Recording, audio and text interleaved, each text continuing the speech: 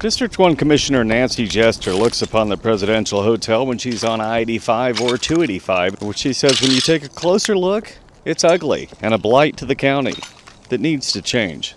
This is a detriment to the community. It's a detriment. It's a black eye for DeKalb. I mean, it's right here at 285, so it's seen by so many people. It's a very public piece of property that everybody can see right when they drive in, wherever they're going through 285 and 85, and it's an eyesore and it's an embarrassment. As you walk around the property, you walk through broken glass and broken furniture, smashed windows. You know, it's just horrific inside, and there's certainly evidence of, you've got squatters in there, lots of food products, lots of graffiti, some clothing, but people have been coming and going. On the property is a 9-foot deep swimming pool that is very much full of water, but due to time and pollution has turned a dark algae green.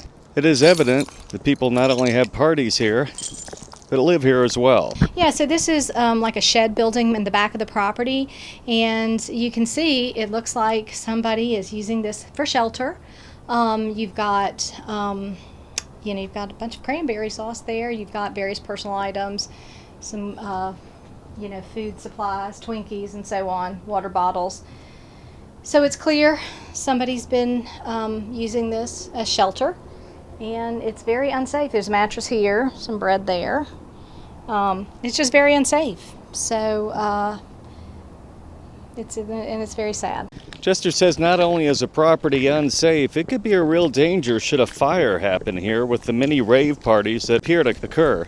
And we have our brave firefighters come over here, and they've got to go into a burning building in all kinds of unsafe conditions and try and extract people from it. That is very unsafe. What happens if our police get put in a compromised position when trying to deal with some criminal activity over here? Jester says it is a little surprising, being such a prominent landmark, that the property has not been paid more attention to. It's been off everyone's radar, and it's getting worse. When you look up at all the windows, it seems like they're getting further and further in disrepair, and more are broken out. Why not just write a ticket and tell people to fix it up? Well, that's not as easy as it sounds, according to Jester. There's a handful of owners that own multiple units in there, and an owner that owns the atrium and the property itself. Mostly they are holding companies. She says, though the county is not powerless, there are many things that they can do to at least apply pressure to the owners. From my standpoint, from my seat, the county isn't taking care of enforcing certain of our ordinances, because as you can see, everything's overgrown. County could enforce code for keeping the landscaping down to a certain height. I mean, it's just terrible. Of course, the other day when I came over and it was unsecure, we need to enforce that. That's unsafe. We've got this health hazard here with this pool.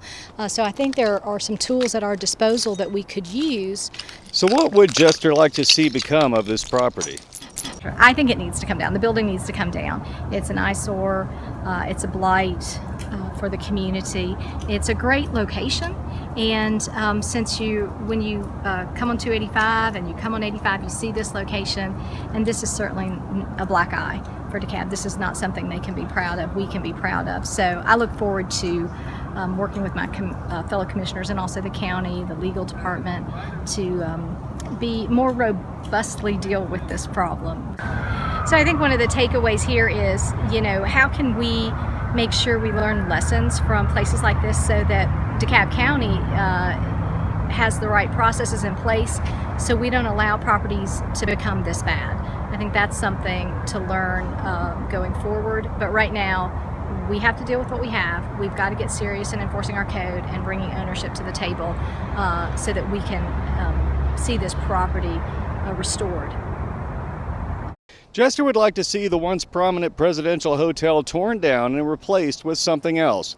But can the old hotel be restored and brought back to life and again be a talked about landmark on the Atlanta landscape? Perhaps. We'll just have to see. From the former presidential hotel, Scott Kimbler, News Radio 1067.